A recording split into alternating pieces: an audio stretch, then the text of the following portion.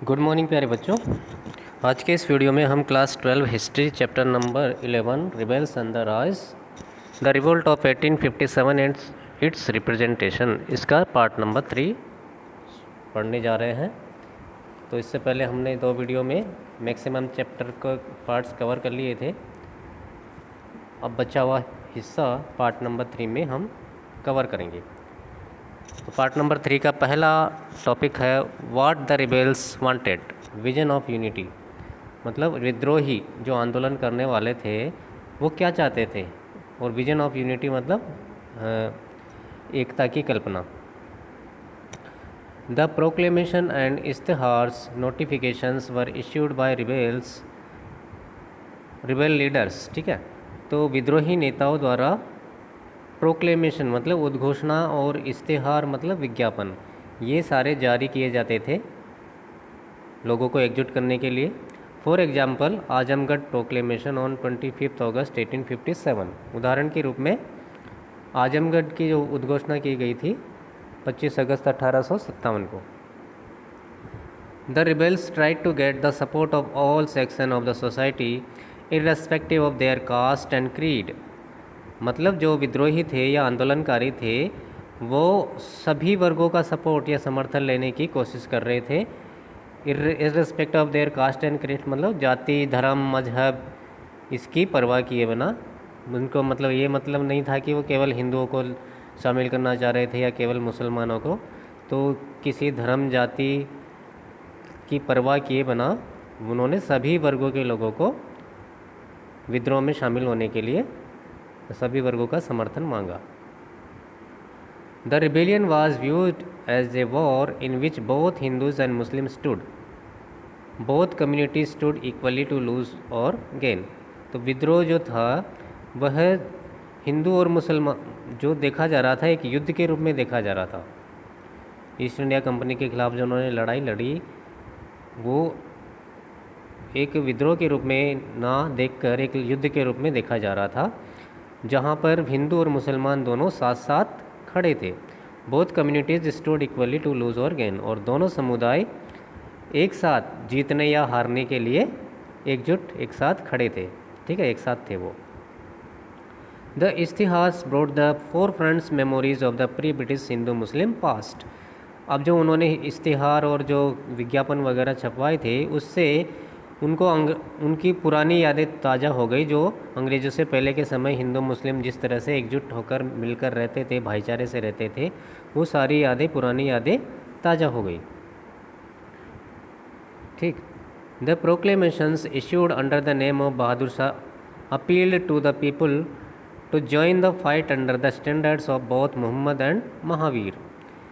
तो जो उन्होंने उद्घोषणा जारी की थी बहादुर शाह के नाम से, उसमें उन्होंने निवेदन किया था लोगों को ज्वाइन करने के लिए, मतलब आंदोलन में शामिल होने के लिए, कि सारे लोग ईस्ट इंडिया कंपनी के खिलाफ़ लड़ने के लिए एकजुट हो जाए और वहाँ पर मोहम्मद साहब और भगवान महावीर के जो आदर्श है उनको स्थापना करने में मदद करें।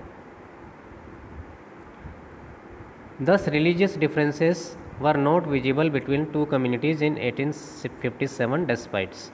मतलब 1857 की क्रांति के दौरान भी उनमें आपस में कभी कोई धार्मिक मतभेद या अंतर दिखने को नहीं मिलते थे।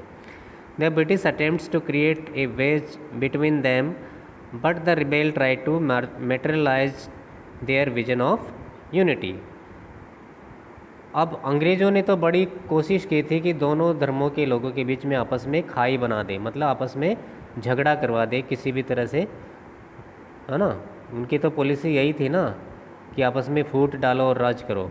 तो वो चाहते ये थे कि दोनों में फूट पड़ जाए, खाई हो जाए, बीच में आपस में मतभेद हो जाए और वो आपस में ही लड़ मरे। ठीक है, तो अंग्रेज़ों की ये पॉलिसी उन्होंने बहुत प्रयास किया था कि दोनों के बीच में खाई बना दी जाए, मतलब दोनों में मतभेद कर दिया जाए। But the rebel tried to materialise their vision of unity. लेकिन रिबेल जो थे, विद्रोही जो थे, वो आपस में आप एकता की कल्पना करने में बड़े एकता की कल्पना को उन्होंने बड़ा जोर दिया और उसको अमल में लाया। The proclamation completely rejected everything associated with British rule और फिरंगी राज। तो जो उद्घोषणा की थी उन्होंने वह पूरी तरह से ब्रिटिश शासन को खारिज करती है कि ब्रिटिश शासन का अंत होना चाहिए। ठीक है, ब्रिटिश शासन भारत के लिए ठीक नहीं है। ब्रिटिश रूल यानी फिरंगी राज। ठीक, तो ब्रिटिश को हम फिरंगी भी बोलते हैं, तो ब्रिटिश शासन का मतलब फिरंगी राज भी होता है।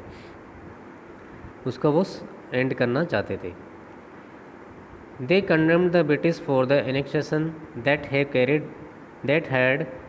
they had carried out and the treaties they had broken। तो उन्होंने अंग्रेज़ों की उन पॉलिसीज़ की निंदा की जो कि हड़पने की थी। जैसे कि उन्होंने अवध को हड़पा था, झांसी को हड़पा था, सूरत, बहुत सारी जगहों को हड़प लिया था कुशासन का आरोप लगाकर, या फिर कहीं पर कोई वारिस नहीं होता था तो उसको हड़प लेते थे। तो किसी भी पॉलिसी का जो अंग्रेज़ों की ऐसी हड़पने की पॉलिसी थी उनकी निंदा की।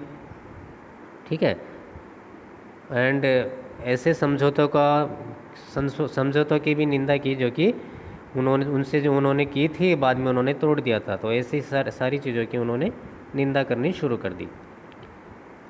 Rebels declared that the British could not be trusted. और बाद में आंदोलनकारी जो या क्रांतिकारी जो थे उन्होंने ये घोषणा कर दी कि अंग्रेज़ जो है वो विश्वास योग्य नहीं है, इन पे भरोसा नहीं किया जा सकता, क्योंकि ये इनसे कोई भी संधि की जाती है तो उसको तोड़ देते हैं।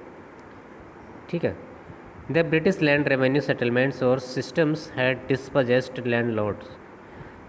ईस्ट इंडिया कंपनी या अंग्रेज़ों के जो लैंड रेवेन्यू सिस्टम था, भूमि बंदोबस्त की जो व्यवस्था थी, उसने जो पुराने लैंडलॉर्ड्स थे, भूस्वामी थे, उनको अपनी ज़मीनों से बेदखल कर दिया। उनकी प्रॉपर्टी को, ज़मीनों को ईस्ट इंडिया कंपनी ने छीन लिया।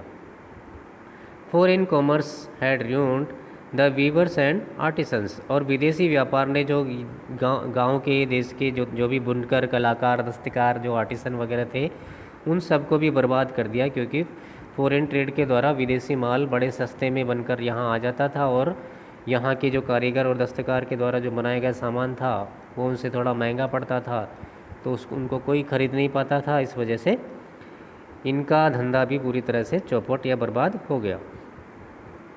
British rule was attacked and accused of destroying A way of life that was familiar and cherished.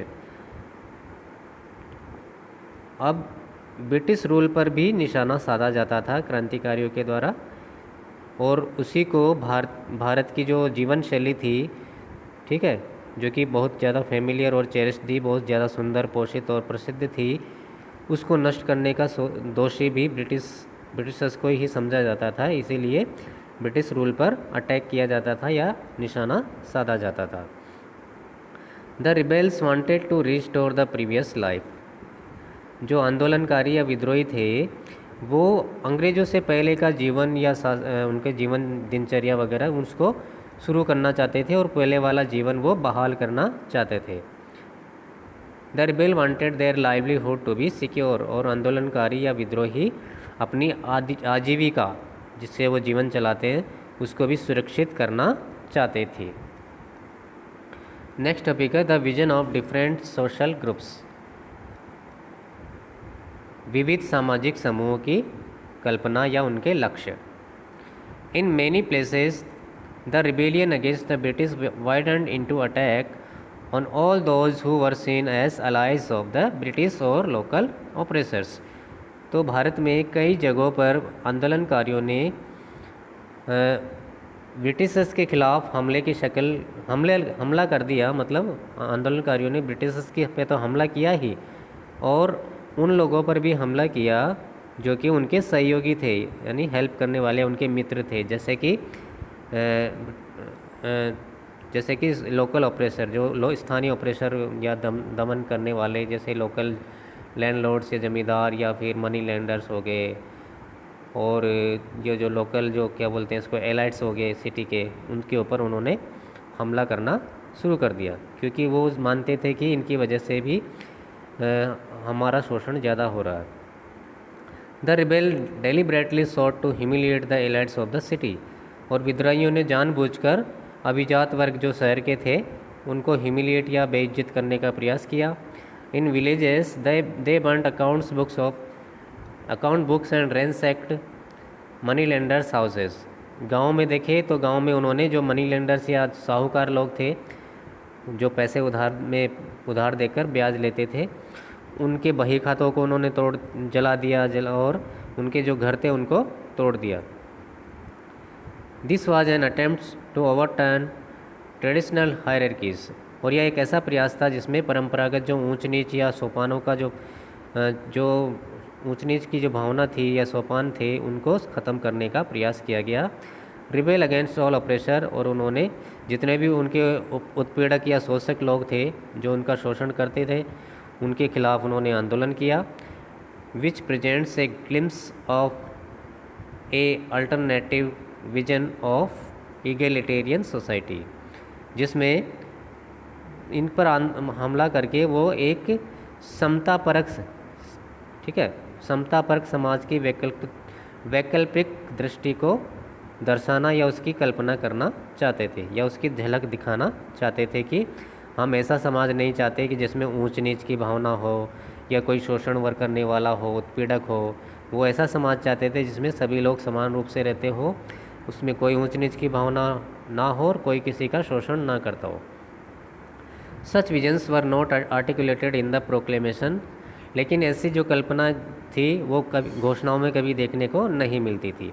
Which sought to unify all social groups in the fight against firangi raj, जिसमें कि समाज के सभी वर्गों को फिरंगी राज या ईस्ट इंडिया कंपनी के खिलाफ एकजुट होकर लड़ाई लड़ने के लिए उन्होंने प्रयास किया था।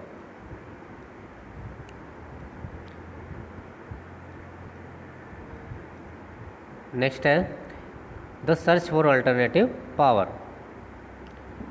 वैकल्पिक सत्ता की तलाश। In the region where the British rule collapsed, मतलब जिन क्षेत्रों में ब्रिटिश शासन लगभग समाप्त हो गया, the rebel setup parallel administration, वहाँ पर विद्रोहियों ने समानांतर प्रशासन शुरू कर दिया, जैसे कि Delhi, Kanpur and Lucknow. But they prove to be failure, लेकिन वो सब असफल साबित हो गया, मतलब वो बाद में असफल हो गया। ईस्ट इंडिया कंपनी वहाँ दोबारा कब्जा कर लेती है। The rebel leadership wanted to restore the pre British world of 18th century, विद्रोही जो थे वो अंग्रेजों से पूर्व की जो 18वीं सदी की जो स्थिति थी उसको रिस्टोर यानी बहाल करना चाहते थे। The administrative structure established by the rebel aimed at meeting the demands of war, अब जो विद्रोहियों का जो प्रशासनिक ढांचे था उसको स्थापित करने का उद्देश्य युद्ध से संबंधित ज़रूरतों को पूरा करना था। युद्ध मतलब ईस्ट इंडिया कंपनी से लड़ाई करने की ज़रूरत थी। The leaders went back to the culture of the court, अब जो विद्रोही नेता थे वो वापस दरबारी संस्कृति की ओर चले गए, मतलब उसको अपनाना उन्होंने शुरू कर दिया।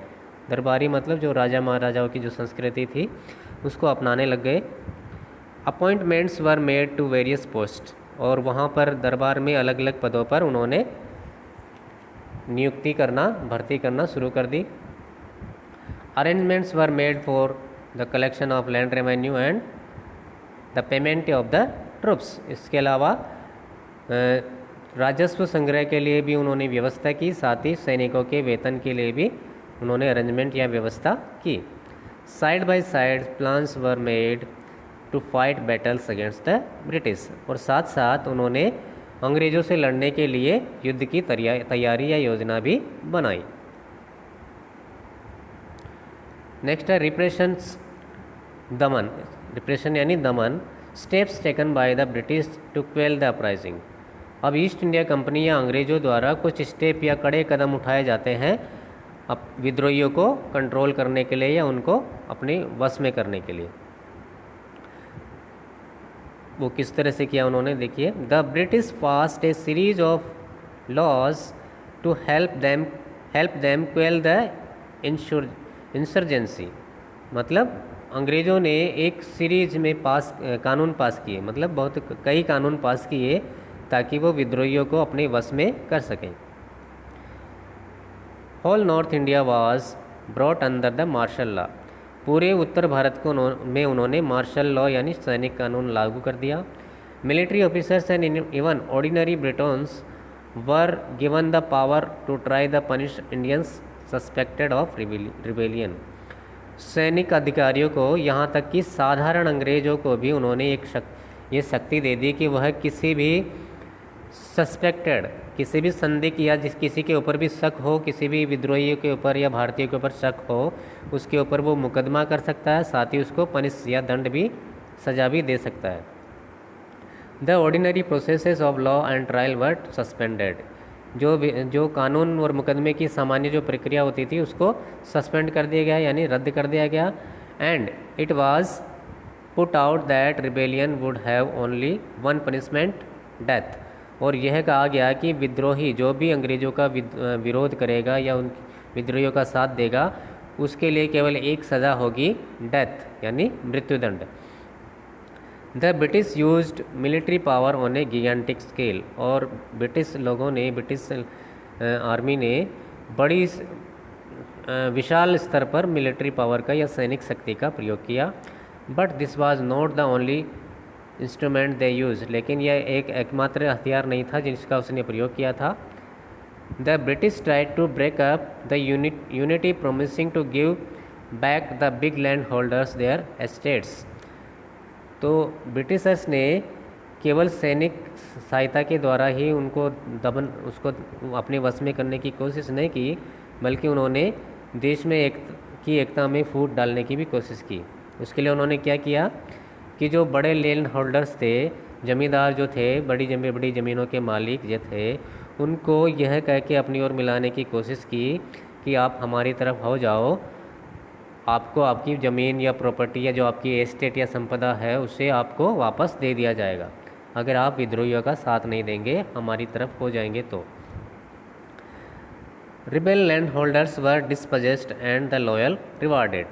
लेकिन इसके बावजूद जो विद्रोही लोगों का साथ दे रहे थे, ऐसे ज़मींदारों को उनकी ज़मीनों से बेदखल कर दिया गया। और जो वफ़ादार निकले थे, जो अंग्रेज़ों की तरफ हो गए थे, उनका साथ दे रहे थे, जो लॉयल हो गए थे उनको वो इनाम देने लगे।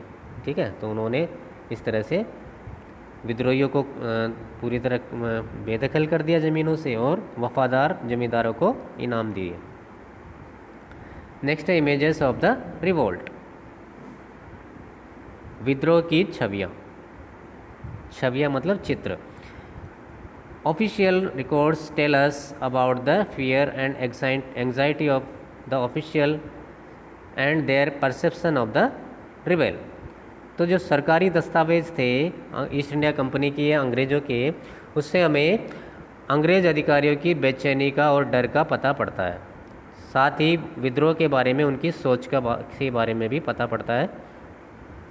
The stories of the revolt that were published in British newspaper and magazines in gory detail the violence of the mutineers, and these stories inflamed public feelings and provoked demands of retribution and revenge। तो जो भी कहानियाँ प्रकाशित होती थी British newspaper और magazine के अंदर, जो कि रक्तमय विवरण देती थी हिंसा के बारे में जो कि विद्रोही द्वारा की गई थी। तो इस तरह से विद्रोहियों के द्वारा की गई हिंसा को वो बड़े रक्तमय विवरण के द्वारा प्रस्तुत कर रहे थे।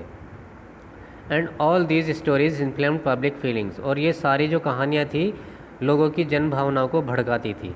And provoked demands of retribution and revenge. और लोगों से मांग करती थी कि वो वहाँ जाकर बदला ले, प्रतिशोध ले या बदला ले। तो इस तरह से लोगों को भड़काने का काम कर रही थी ऐसी कहानियाँ ब्रिटेन के अंदर।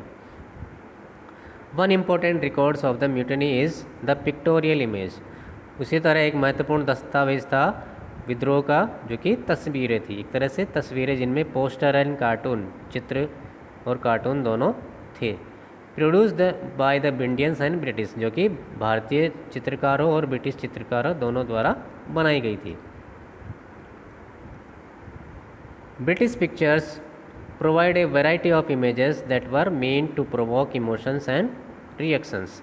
तो ब्रिटिश चित्रकारों द्वारा जो भी पिक्चर या चित्र बनाए गए थे वो विविध प्रकार की छवियाँ या चित्र उपलब्ध कराती है, जो कि विद्रोह की या प्रतिक्रिया की भावना, विद्रोह की भावना उकसाने के लिए बनी गई थी। लोगों को भड़काने के लिए ऐसे चित्र बनाए गए थे। Some of them commemorate the British heroes who saved the English and repressed the rebels.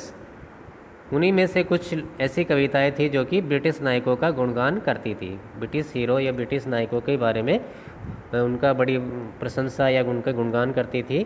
Who saved the English and repress the rebels, जिन्होंने अंग्रेज़ों की रक्षा की और विद्रोही की या आंदोलनकारियों को रिप्रेस कर दिया, उनको दबा दिया या उनको मार दिया। रिलीफ ऑफ लखनऊ, उसी तरह का एक चित्र है relief of Lucknow painted by Thomas John Barker is an example. उसी तरह का एक उदाहरण देखने को मिला है थॉमस जॉन बार्कर द्वारा बनाया गया चित्र रिलीफ ऑफ लखनऊ यानी लखनऊ की राहत। It represents the siege of Lucknow by mutineers and the British heroes Campbell, Outram and Havelock. इस चित्र में लखनऊ की घेराबंदी के बारे में वर्णन किया गया है कि किस प्रकार से विद्रोहियों ने लखनऊ को चारों तरफ से घेर लिया था। बाद में ब्रिटिश हीरो ने उनको लखनऊ को छुड़ाया था, जिसमें कैंपबेल, ऑटरम और हैवलॉक आदि का भी वर्णन किया गया। ये ब्रिटिश हीरोज थे। In memoriam painted by Joseph Noel Paton depicts violence against English women and children. उसी तरह का दूसरा चित्र था जोसेफ नोएल पैटर्न के द्वारा बनाया गया, जिसका नाम था इन मेमोरियम। तो इस चित्र में इंग्लिश वीमेन और चिल्ड्रन, अंग्रेज जो महिलाएं और बच्चे थे, उनके खिलाफ विद्रोही के द्वारा जो हिंसा की गई थी, उस हिंसा को दर्शाया गया है।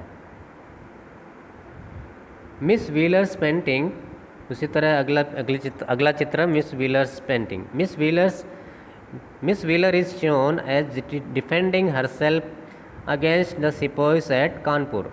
इस चित्र में मिस व्हीलर अपने आप को कानपुर में सिपाहियों से बचाते हुए, मतलब अपने आप को सिपाहियों से बचाते हुए दिखाया गया है, जो कि कानपुर की घटना थी। ठीक है, तो कानपुर में सिपाहियों से वो किस तरह से अपना बचाव कर रही है, उसी को चित्र के द्वारा दिखाया गया है। नेक्स्ट है Punch magazine cartoon published in Britain. उसी तरह के कुछ मैगजीन वगैरह और चित्र वगैरह छपे थे, उसके बारे में बताया गया है कि पंच मैगजीन थी जिसमें कार्टून छापे गए थे ब्रिटेन में 1857 में। जस्टिस, दूसरा है जस्टिस, और अगला है द ब्रिटिश लॉयंस वेंजिंस, मतलब अंग्रेज शेरों का प्रतिशोध, on the Bengal tigers, Bengal शेरों से। ठीक है, किस तरह से ब्रिटिश शेरों ने बंगाल के शेरों से अपना प्रतिशोध लिया या उनको अपने कंट्रोल में किया। And the clemency of Canning, और उसी तरह का अगला चित्र है क्लेमेंसी ऑफ कैनिंग, यानी कैनिंग की, जो कि लॉर्ड कैनिंग था, पहला वाइसरॉय या 1857 का गवर्नर जनरल। तो कैनिंग की दयालुता। तो ये कुछ चित्र थे जिन चित्रों में 1857 की लड़ाई के बारे में चित्रण किया गया है। ठीक है। Images of execution of Indian soldiers in Peshawar, उसी तरह कुछ चित्र ऐसे भी थी जिसमें कि भारतीय सैनिकों को पेशावर के अंदर पेशावर में किस तरह से फांसी दी जाती थी, इसके चित्र भी उस समय के चित्रकारों ने बनाए थे। ठीक है, अब लास्ट टॉपिक आपका शुरू होने जा रहा है, नेशनलिस्ट इमेजरीज, राष्ट्रवादियों की कल्पनाएं। The national movement drew its inspiration from the events of 1857। तो राष्ट्रीय आंदोलन जो था उसने 1857 की घटनाओं से ही प्रेरणा प्राप्त की थी। It was the first war of independence in which people of all the sections of the society came together to fight the foreign rules। मतलब यह पहला ऐसा स्वतंत्रता संग्राम था जिसमें भारत के हर वर्ग के, अमीर हो, गरीब हो, किसी भी धर्म का हो, किसी भी जाति का हो, हर वर्ग के लोग एकजुट होकर साथ आते हैं और फॉरेन रूल्स यानी ब्रिटिश सत्ता से लड़ते हैं। Leaders of the revolt was presented as heroic figure leading the country into battle of freedom। अब इसमें विद्रोह के जो भी नेता थे उनको एक नायक के रूप में प्रस्तुत किया गया था जो कि स्वतंत्रता की लड़ाई में देश का नेतृत्व कर रहे थे। The revolt roused the people to come together and fight against the oppressive British rule in India. इसी तरह जो रिवोल्ट था 1857 का, इसने लोगों को जगा दिया। उसके बाद वो साथ आने के लिए और अंग्रेज़ों से लड़ने के लिए, अत्याचारी जो ब्रिटिश रूल था, ब्रिटिश शासन था जो अत्याचारी था, उसके खिलाफ लड़ने के लिए लोगों को एकजुट करता है और उनके खिलाफ लड़ने का उसमें जज्बा देता है और वो साथ में लड़ते भी हैं। The poet and writers also gave there full support with their narratives and poems.